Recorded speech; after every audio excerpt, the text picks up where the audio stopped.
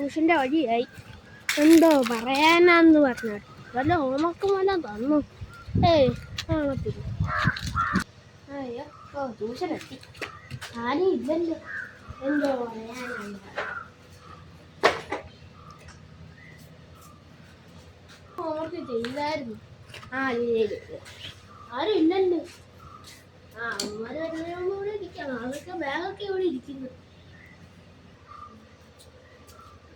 Good morning students. Good morning sir.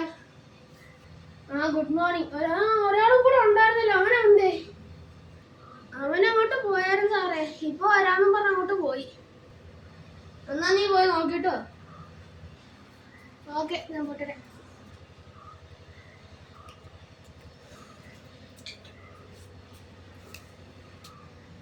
അവനെന്തേ?